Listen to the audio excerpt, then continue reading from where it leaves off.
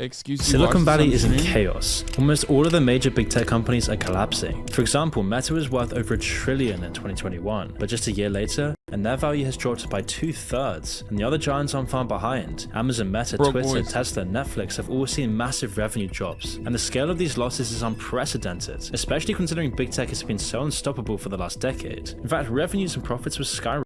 Oh, this channel is Fallen Gun affiliated? Love that. That's fire. No fucking way. Are you serious? TikTok is worse than you thought. Stop watching TikTok's cringe videos because it's destroying society. Oh my God. How much do they make? Oh, dude, that's all like, it's all China shit, huh? Rocketing. Silicon Valley was a billionaire factory, with some of the most prolific billionaires building their names and their bank accounts on the back of big tech companies. Bill Gates, Elon Musk, Jeff Bezos, Mark Zuckerberg, Jack Dorsey, all of them were created. This is X's favorite channel. Bitch, what the fuck does XQC know about China? He probably watches this because it's like snappy editing and easily describing like complex ideas. This is how good propaganda is cut, okay? And then the 70,000 motherfuckers that watch XQC also are leaving with the same attitude, like, oh yeah, it is probably like a Chinese conspiracy somehow. By the massive tech boom of the last 4 decades. But then the bubble popped, and now the biggest names in Silicon Valley are seeing their revenue plummet, firing hundreds of thousands of employees, with the stock value of almost every big tech company falling dramatically. Which leads us to the question, how did it get this bad so quickly? Well, you see, tech was a growing part of the world's economy for years. Over the last decade, tech companies have only got larger and larger. Now, of course, there were ups and downs. For example, the dot-com crash of the late 90s proved the catastrophic consequences of overvaluing tech companies. However, over time, the industry always picked up again. It was a measured climb at first, but soon people forgot the mistakes of the past, and as the years rolled by and technology improved, the companies behind it grew richer and richer. But there were massive problems on the horizon for Silicon Valley, because the path wasn't all golden. For example, companies like Uber have coasted on their potential, hoovering up investments without a proper model for profitability. The same can be said for Twitter, and yet despite this, all of the giants of the industry grew to immense proportions on paper. For example, in 2018, Meta surpassed $500 billion in net worth, and Amazon were closing in on $1 trillion. But all of these companies had a similar problem. They just weren't worth what people thought they were. Their business models were shaky and in constant need of investment, or they just didn't make that much money to begin with. Their margins were always incredibly tight, and that's why almost all of these tech billionaires never look at the stock price. That whole period is very interesting because the stock is not the company, and the company is not the stock. And so as I watched the stock fall from 113 to 6, I was also watching all of our internal business metrics. Every single thing about the business was getting better and fast. Because they believed as their technology spread into every aspect of the world, the companies would always ride the Moon is an insane xenophobic insult. Love it. That's extremely my shit. wave of future potential. Their shaky business model just didn't appear to be an issue at this point. All these big tech companies were gaining more and more power, and I just want to, guys, okay, listen, you're telling me all this stuff about Moon or whatever, but I just want to see like what he has to say about this, okay? I want to see what the fuck he's saying. Seemed like they were untouchable, because big tech had something invaluable, the eyeballs and data of the entire world. You see, ever since they started pulling in user data at the massive levels they do now, social media companies were then further driven to maximize their engagement, keeping people on the app for as long as possible, and often as possible became the most important thing, which is why we're all so addicted to our phones and our laptops. It makes all of these big tech companies. I make over $380K a year with less than 5 years of experience. I'm good at what I do. After talking with many of my friends, they don't want a union for tech workers because they know that their high salaries from RSUs and stocks will be too normalized. However, I do support unions. I just don't know if it'll be beneficial for people like me. Good luck. That's all I'm going to say. If you're such a fucking caked up bandit, you better be fucking gifting some subs. Companies billions of dollars, allowing them to sell more and more ads and exploit more and more of your data. And over time, these companies perfected this process by manipulating psychology, making the apps so addictive that the entire world couldn't live without their smartphone. And during this process, they found out that anger and fear are some of the best ways to keep people engaged. And so as the algorithms were fine-tuned for engagement, they pushed more extreme and more provocative posts above everything else, putting them in front of everyone's faces constantly, all while censoring any information that didn't fit into Silicon Valley. Oh dude, yeah.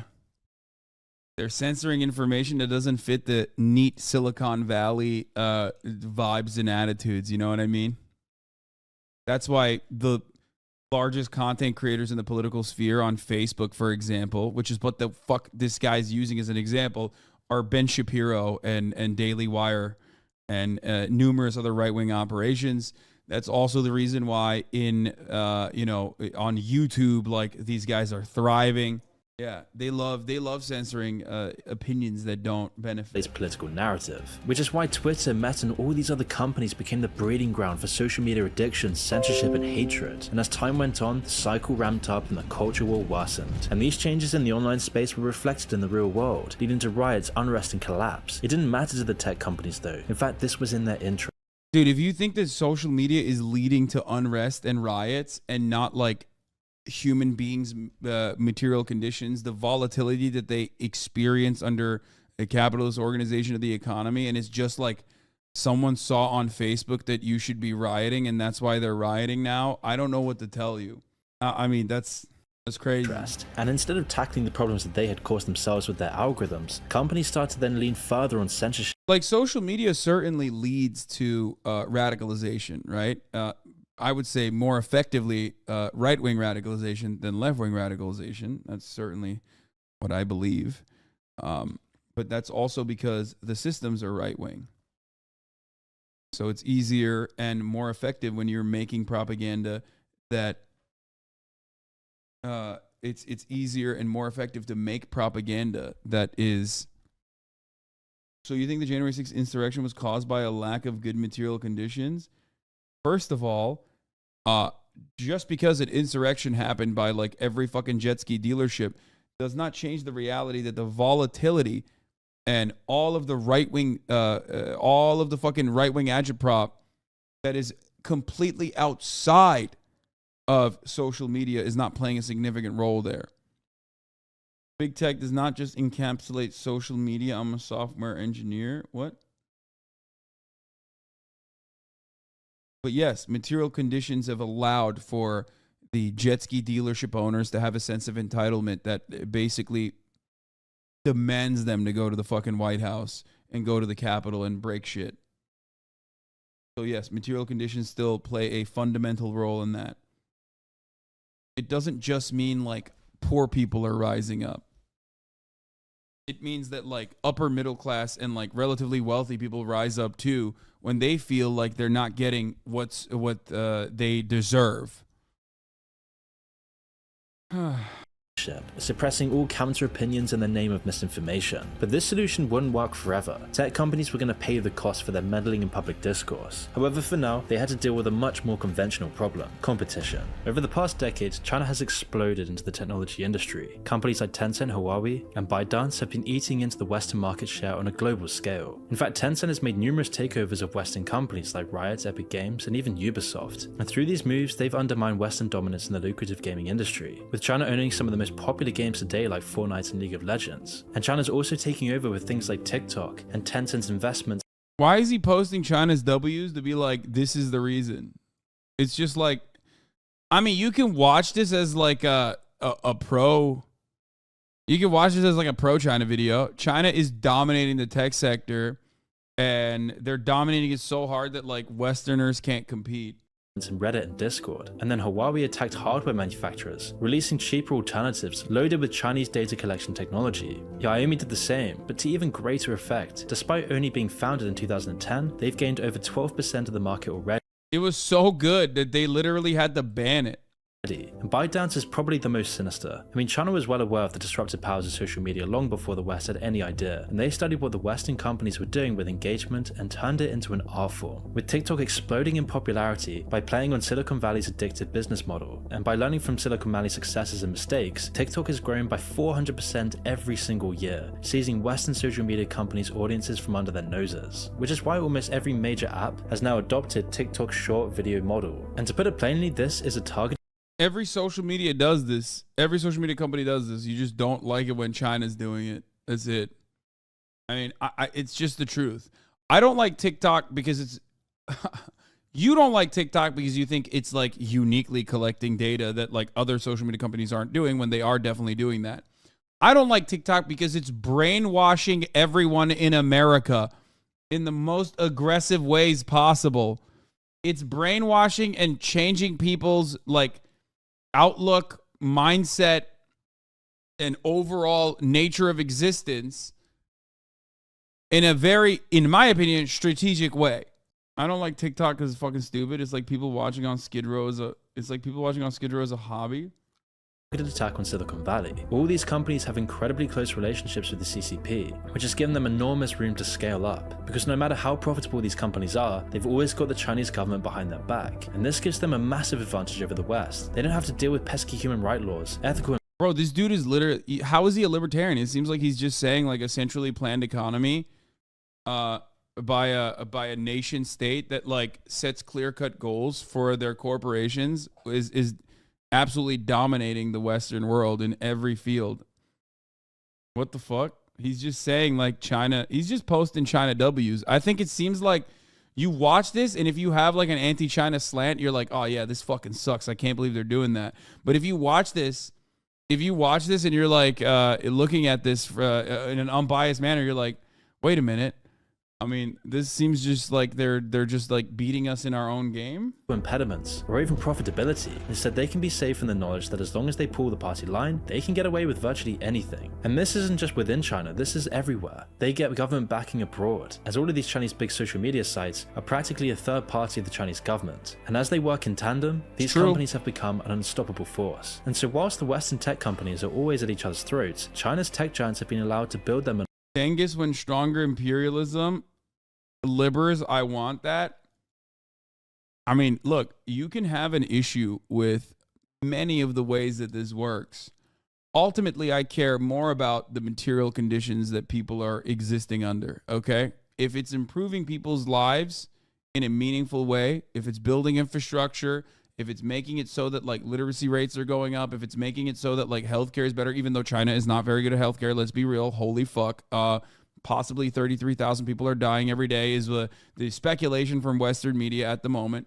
1 billion people have COVID in China currently, and the Lunar New Year is upon us. As a matter of fact, the Year of the Rabbit. I myself, of course, have Chinese relatives. I will be celebrating. But, I don't believe that the 33,000 people are dying every day. But, COVID is a big issue in China. It is a big issue in China, for sure, at the moment. I don't know why I got into that. Oh, I was saying that the Chinese healthcare is not great. China's tech relies on tons of stolen research, though. Bro, are you fucking insane? Whose chat are you in? Do you think I would ever give a single solitary fuck about IP? Bro, I don't care. Why do you care? Are you Mr. Apple? Like, this is something I will never understand. Is your dad Mr. Hewlett Packard? Are you Mr. Packard, dude? What are you saying? This is such like a weird way that consent is manufactured amongst like Westerners, where they literally are just like, but China's stealing the IP. First of all, it's not like a surprise that China is stealing the IP. Every fucking capital owner knew that was going to happen and still made the decision to shift manufacturing to China. Okay? They've been know. They know. This is just propaganda for you to fucking get mad at for no reason. So why the fuck has manufacturing not shifted over to other countries? Why? They know IP's being stolen. Why the fuck are they, still making Apple iPhones in China?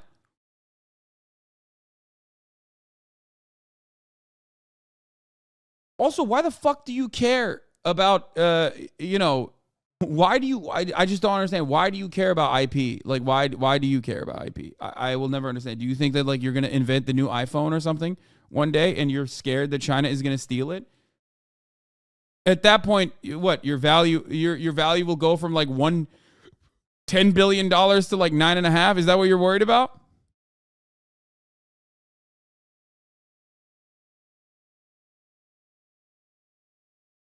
Would you care if someone in China was copying your merch? Dude, this guy is so good. This is so funny. He got me. Guys, he fucking owned me, dude. I love when guys come in here and think that they got me on this. No, I don't give a fuck, idiot. And they do it all the fucking time anyway. The only time I care is when they steal someone's fan art. Like somebody just steals someone's fan art and puts it on fucking, Redbubble or whatever. And it's like, the fuck are you doing? Don't steal fan art. I hate that shit. Wow, this is what you look like right now, Buster. You know it. Since we moved to a stock reward system instead of like a pension, it now matters a little more. Yeah, okay.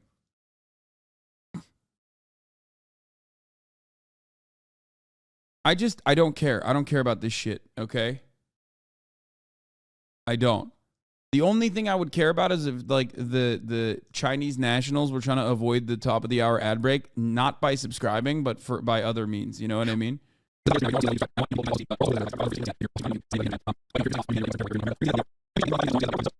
Here's a 3-minute ad break now. Monopolies and peace, which is why every day China gains a little more ground on the West, because for every user and customer that China gains, Silicon Valley gets weaker, and this new threat has been awful for big tech's bottom lines, and the true consequences I don't think this is the reason why they're laying off people. have only just begun today. But before we continue, I want to tell you about the video.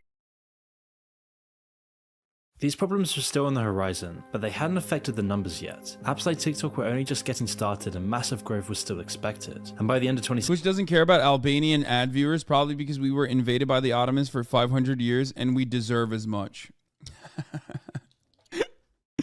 Well, technically, they don't really serve that many ads in Turkey either, so don't worry about it.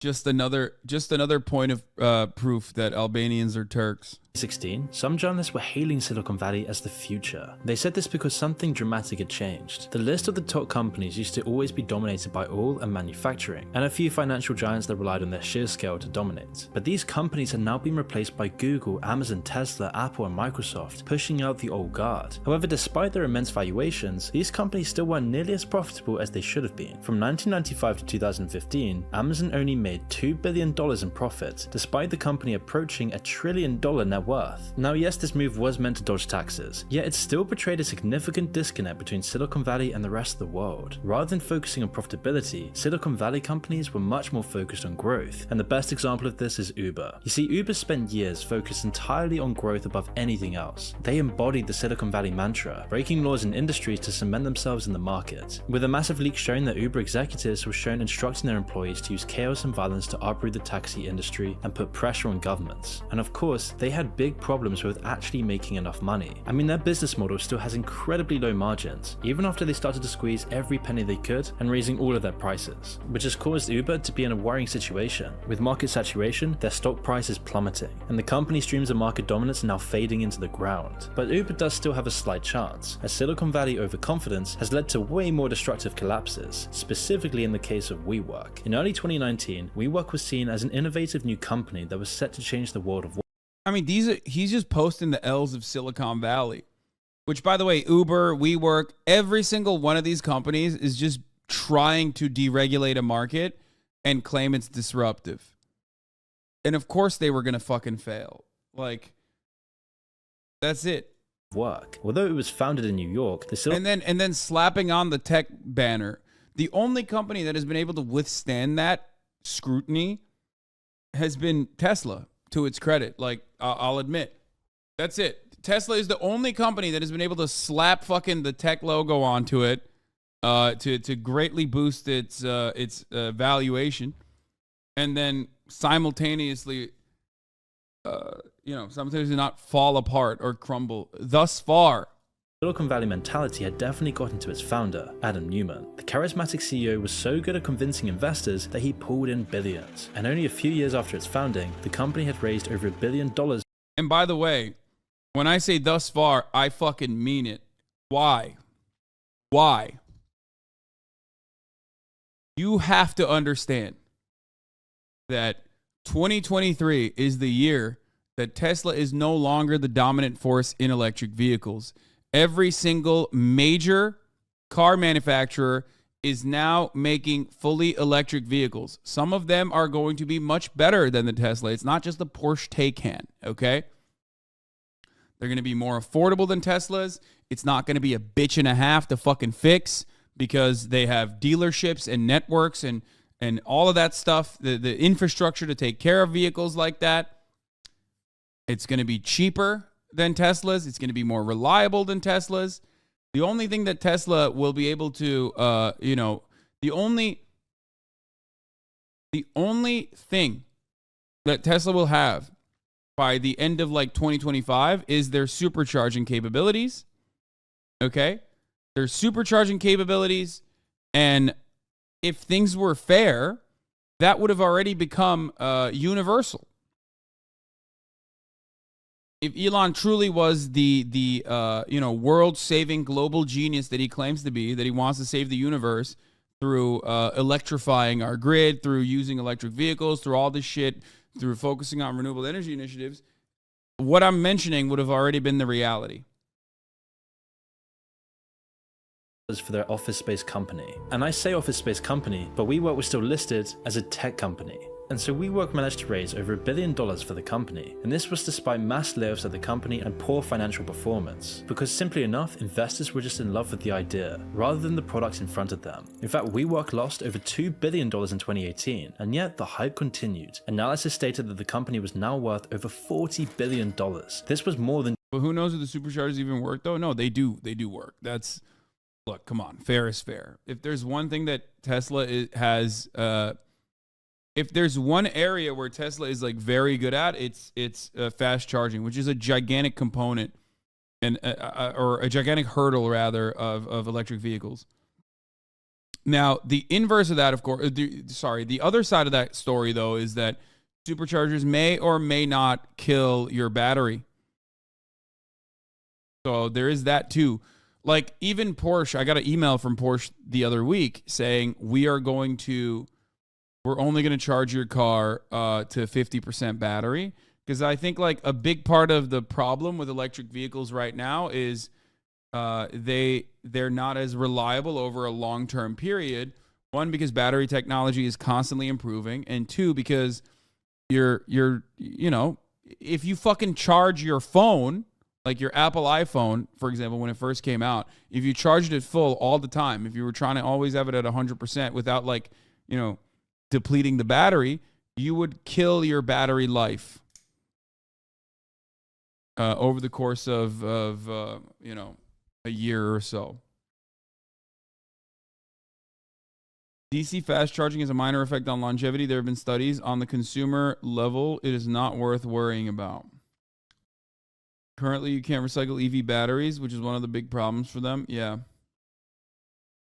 Giants like Airbnb, and by September, the company attempted to gain even more investor money, beginning the process of an IPO or initial public offering, and this would open the shares of the company to the public, raising even further billions for WeWork. And yet even with this enormous amount of investment, the IPO started to gain scrutiny as investors started to see that the company was really making no money, and it portrayed the true reality of the Silicon Valley business model: massive debt and low revenue propped up by other people's money. And so their $40 billion valuation was cut by... Wait, are you serious about the Apple charging shit? I always have it charging. This guy, Chatter, just realized what not to do. It doesn't matter. Apple iOS already shuts it off, I'm pretty sure, to make sure that you at least get your 5 years worth of battery life expectancy. Can't recycle batteries? That's insane. Batteries are the most recyclable thing you can do. Crazy misinfo. There's no battery swapping in Western vehicles, Western EVs, as far as I understand. That was something that Elon Musk claimed he was going to do many, many years ago, and he never did it because I think it was too expensive.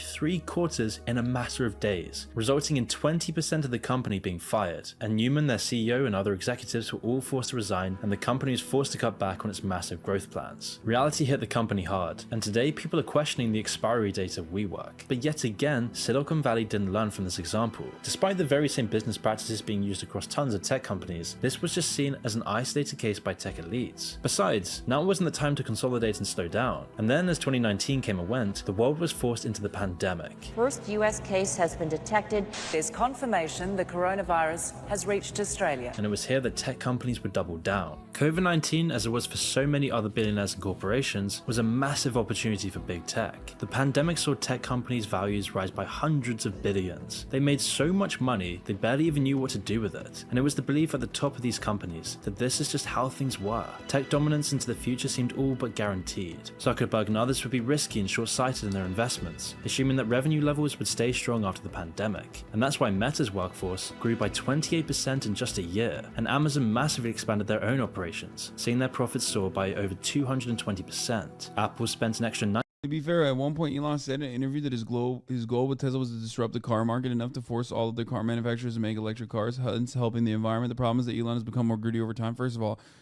Elon has been a charlatan since day one, and that statement in and of itself literally betrays Elon Musk's primary form of generating any kind of revenue for Tesla. He just said that, but that was just marketing, which you seemingly believed. If that was the case, then why the fuck was Elon straight up generating revenue through credit swaps, through green credit, through initiatives that the government had set up, through carbon credit swaps that the government had set up that functionally subsidized the operation for many years when they were literally at the verge of bankruptcy.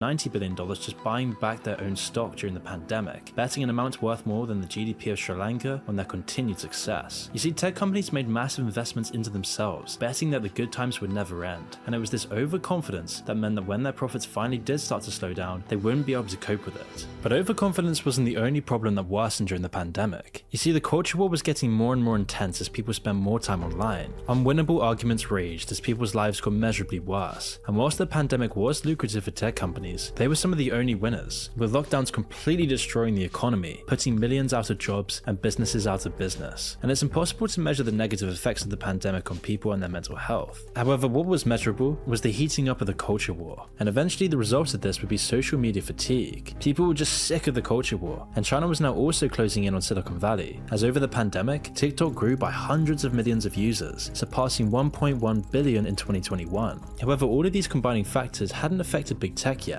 but it would only be a matter of time. Meanwhile, the tech billionaires were enjoying their moments in the sun. Jeff Bezos spent millions on a personal space trip, whilst Elon Musk became Times Person of the Year for 2021. But all of this would turn out to be some of the last good news these tech billionaires had, as once the world finally opened up again, it signaled the end of Silicon Valley's boom, even if no one believed it. For example, at Meta, revenue growth had risen to over 50% in the summer of 2021, but Did you just say fuck Bezos? Sorry, Hassan. Bitch, you think I give a fuck about Bezos? Get the fuck out of here. Yeah, fuck Bezos. What do you mean? dropped sharply over the next 9 sucks. months, falling to just 5% He's like by a the literal first quarter of villain, 2022. dude. Amazon Literal also villain saw a of sharp society. decline, from over 40% to around 7% in the same time span. Even usually stable companies like Microsoft or Apple suffered the same fate, seeing their growth levels fall off. So what happened here? Well, all of the growing problems that Silicon Valley thought they could ignore. He hates Bezos so hard he wants you to use your Prime subs. I mean, bitch, if you have it, use it. You know what I mean? No, you know what? You hate Bezos so much that you have an Amazon Prime, but don't connect it to your Twitch account. You know what I mean? Like, the fuck are you proving at that point, idiot? There is no way to avoid someone like Jeffrey Bezos. You know what I mean? It's just he has his tentacles in everything.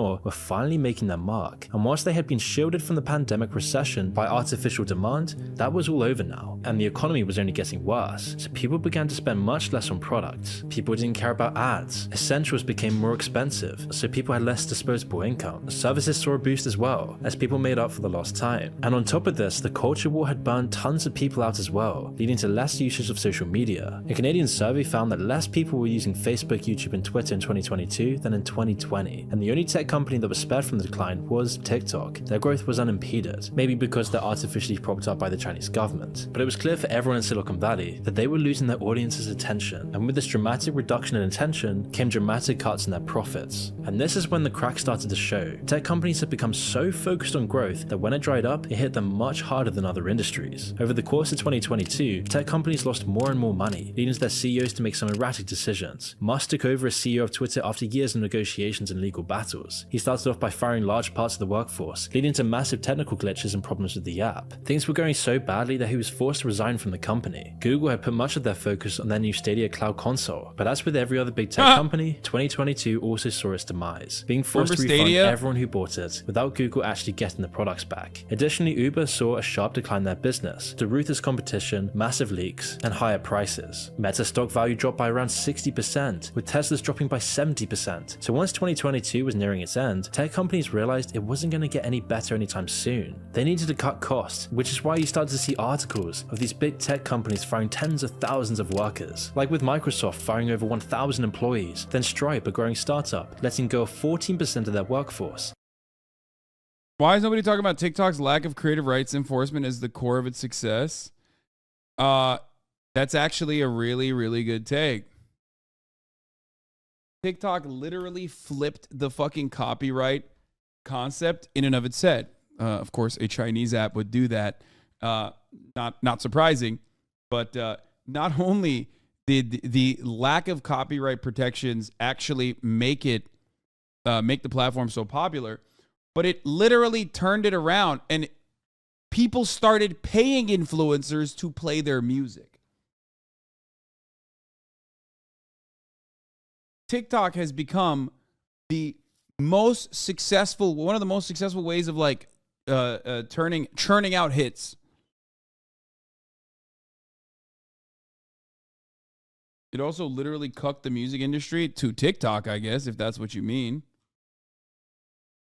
Elon was forced to lay off nearly 4,000 people from Twitter, with Meta following shortly after, laying off a further 11,000 people. Amazon cut their numbers by 10,000, and all of this had happened in just over a month. Eventually, Amazon would double their numbers in December, as clearly they hadn't shrunk enough. And these weren't minimum wage employees either. They were both high-skilled and incredibly expensive employees. And in total, over 1,000 tech companies fired over 150,000 workers. But Silicon Valley had made their bed with their risky investments and growth-focused ethos. The same companies that had fought over these workers in the talent wars, which was just a year or two ago, were now letting them go and incurring massive costs in the process. And it wasn't just going to cost them at the time either. These firing sprees represent a massive amount of people with incredibly valuable skills. A job board called Tech Jobs for Good has seen massive increases in skilled job seekers off of the back of these layoffs. People who have seen the fast life of big tech companies are now instead looking to make a difference despite a small hit to their paychecks. And this is one of the ways in which the collapse of big tech will inadvertently benefit the world. But perhaps this is symptomatic of a much larger trend in our economy. As going into 2023, with the UN predicting we're going to be in a massive recession, it seems like Silicon Valley can only expect more and more suffering. The future looks grim. Ad buys are low, which has hurt all of the social media companies like Meta, and supply chain issues are now threatening hardware companies like Apple and Microsoft. Governments are also now souring on big tech, seeing their influence as destabilizing. Microsoft's $69 billion acquisition deal for Activision and Blizzard is being debated by monopoly watchdogs around the world. The FTC has already tried to block it. Meanwhile, the whole tech industry is waiting for another court verdict on recommendation algorithms. Google is being sued for recommending videos made by terrorists, which then incited an attack in France. And if they're found liable, this will upend years of legal doctrine stating that digital platforms aren't responsible for what people post. The results of the case will dictate what's allowed for years to come and will possibly cripple companies like Google and Meta. It is very clear to everyone in the tech world that 2023 is going to be the true test for these tech giants. And so far, only a week into the year, and Amazon is already shedding 18,000 more jobs, with more cuts expected in the next few months. It should be clear by now that it's going to be a very rough year for Silicon Valley, and only time will tell whether they're ever going to be the giants they once were. It's an open secret at Amazon that they try to get you to quit. They increase your severance every year to get you to move out. This is for their non-warehouse jobs at least. No, it's the same for their warehouse jobs too. You know why though? So if you stay in the workforce for a super long period of time, you are more likely to start trying unionization efforts. So that is precisely the reason why they want to make sure that there's constant turnover, right, of employees, except because of how much Amazon has grown and how it's literally everywhere, and because of like what it does, deliveries, right, logistics, it has to technically be everywhere. That has created a process where they are now running out of new people to hire. They're running out of people to hire in some areas because they've hired everyone at a certain fucking point.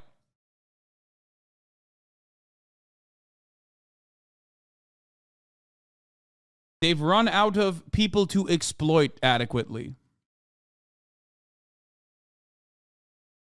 I was watching this with XQC, and all the juices were spamming Hassan's Paradise Aware. It was hilarious. I mean, dude, this is like a dub for China overall, so I don't know what they're talking about.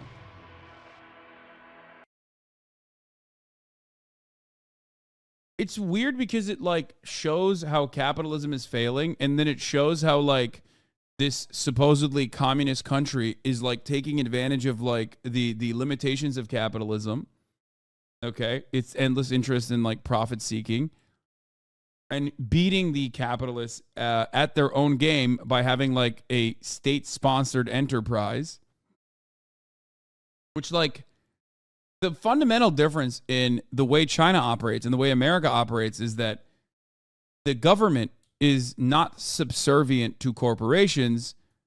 The corporations are subservient to the government. That's the main difference, okay?